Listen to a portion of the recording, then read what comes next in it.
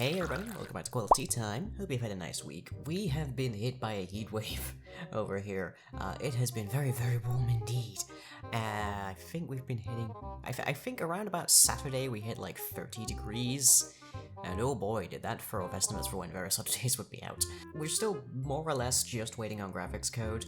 But I'm tinkering with a bunch of other things that'll be fun, I'm sure. That we can actually just shoehorn in there real quick before we get version 5 out, so it remains imminent, but I feel like I've had like 3 different vlogs here that include me giving you an actual estimate for when it's out, so let's just say it's out when it is out. We'll go by Blizzard time here. It's done when it's done. Hey, remember those 2 stories I had last week? I only have the one this week, but it is actually also about the DWP, so here we go. So this is the story of why we didn't get any benefits whatsoever in the course of June. Benefits that we need to survive, and how it's my fault, but not kinda. So recently, I had to inform the DWP that I was looking for additional work in a part-time capacity, as it were, to my hours here as a YouTube content maker, Twitch streamer, whatever, and that involves changing a bunch of stuff over in their database. And when they did that, they hecked up quite dramatically and erased about 4 months of reported self-earnings. All of those need to be there for them to actually validate that we should get anything, so because they didn't have those values in their database, they didn't give us anything. So we got no benefit money for the entirety of June. I more or less found this out like yesterday when I actually had a UC meeting, so I went down and was told that, oh yeah, we spotted that this morning, and just like, you know, we fixed that from like the records and stuff. It's fine, so it's all gone through now, which was nice to know that this was fixed entirely by pure chance. The really magnificent system you got there, UK government, really magnificent. A system that legitimately provides the economic means for people to survive on a daily basis, and you solve it with luck. Yep. But bright side, it's now the start of July, and I actually have quite a substantial amount in my bank account, so hey, there's that, I guess. I'm in the black. That's also good. I haven't been in the hit. I have rarely been in the black at the start of a month for the past 4 months because of everything that's been going on. Yeah. I went into this knowing I didn't have very much confidence in, like, the systems for economic support here in the UK, and, managed to find a new low. Wow, that's new. On to more positive news, though. As a consequence of all of that going through, I now can absolutely definitely afford my haircut, which is going to be happening just before Thursday's stream. Got slightly rescheduled, and that is going to be getting my bangs cut, because they are way too long. They're usually about here, and they're down to here now. That's not great for me, because it keeps ending up in my mouth when I'm eating and stuff. And my ponytail is also going to be getting a trim, probably getting its layers put back in. Not going to be nearly as drastic as the last trim, but it is going to be getting, nonetheless, a few split ends and such tidied up. And the main thing is that it's going to be getting re-dyed. So the first and foremost thing is that this is going away. That is getting fully dyed back. And also, we're getting a bit of some, I'm thinking a sort of like light blue, just sort of on the tip here. Just like striations and such and whatnot, gradients maybe. But suffice to say, light blue for the end of my ponytail. Just to add a little bit more variation and color to it, because I liked the bright color, but, you know, a little bit of diversity is always good. Oh yeah, and once I found out that I actually had money, I figured that revelation was sufficient justification for me to spend about 10 quid or so on actually making myself feel better with a little bit of, what's the phrase here, retail therapy? I have picked up a few new additions to my ever-increasing, it would seem, collection of nail polish, like, chemicals. So the first thing that I have picked up is, from Barry-M, as ever it would seem, a wet set top coat that is also quick dry. Now, previously, if you're not terribly up on like nail polish and my adventures with it, then you probably have not the slightest clue why this is significant to me. And the answer to that is, previously I had 2 kinds of top coat. And a top coat is just a thing, it's the topmost layer. It is usually put there as like a final detail of like decor, but it's also put there as like keep your nail polish from chipping under the slightest kind of pressure. But previously, my options were the matte top coat from Barry M, which I very much heartily endorse if you are just getting into nail painting, because it is the first way that you'll find out how long it takes for a top coat to dry, because it will actually set and look like it isn't wet anymore, which is kind of where the new wet set top coat is different.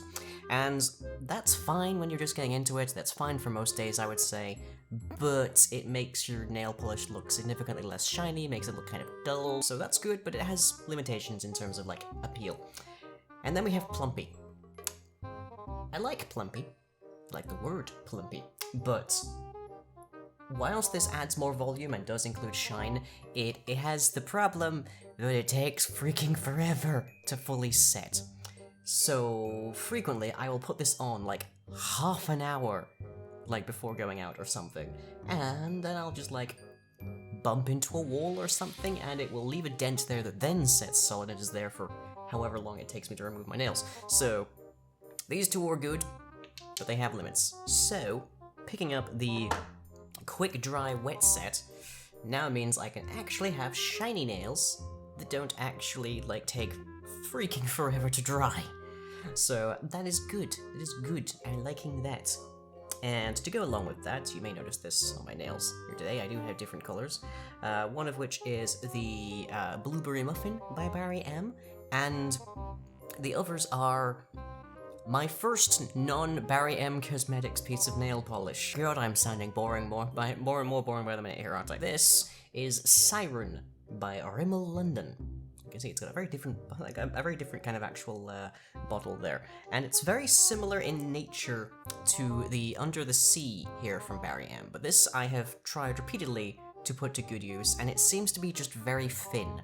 This takes like 3 or more coats to actually be opaque, so you don't just weirdly see the nail underneath.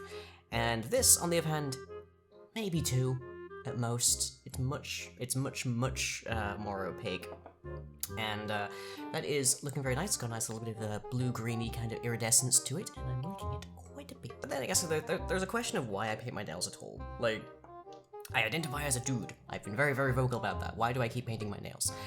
Firstly, there's nothing wrong with dudes painting their nails. There's nothing wrong with anybody painting anything. Or choosing not to as well. This is very much a self-expression kind of thing.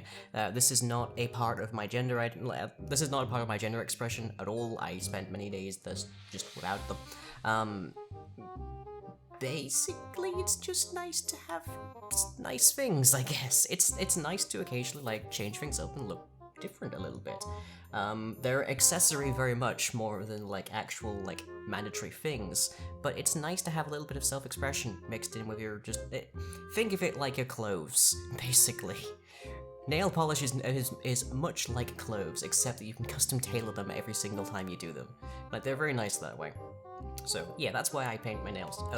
And oh boy, most of my colors here are still some variation on blue, but my capacity to do this is getting better and better. Yay! I got asked on a stream recently whether I prefer to be described as handsome or pretty. And I had a fairly decent answer at the time, but just to reiterate that, somebody said I think that my nails look pretty. And I was like, okay, yeah, that's decent. And then they asked if I would prefer if my nails looked handsome. And this is going to be a very, very much kind of like, personal kind of opinion or viewpoint, feelings kind of thing. But for me, I think whether I prefer to be called handsome or pretty depends upon what characteristic of mine that you're actually referring to. If you said that my, like, facial hair looks pretty, then I would be a little perturbed. If you said that my hair looks pretty or my hair looks handsome, I think it's basically that I consider handsome and pretty to be references to distinct, like, to one of 2 distinct classifications and collections of traits. Which is to say, long story short, I'm nearly 30 and I've grown up in a gender binary kind of society, so there's a specific set of masculine traits that we call handsome and a specific set of feminine traits that we call pretty.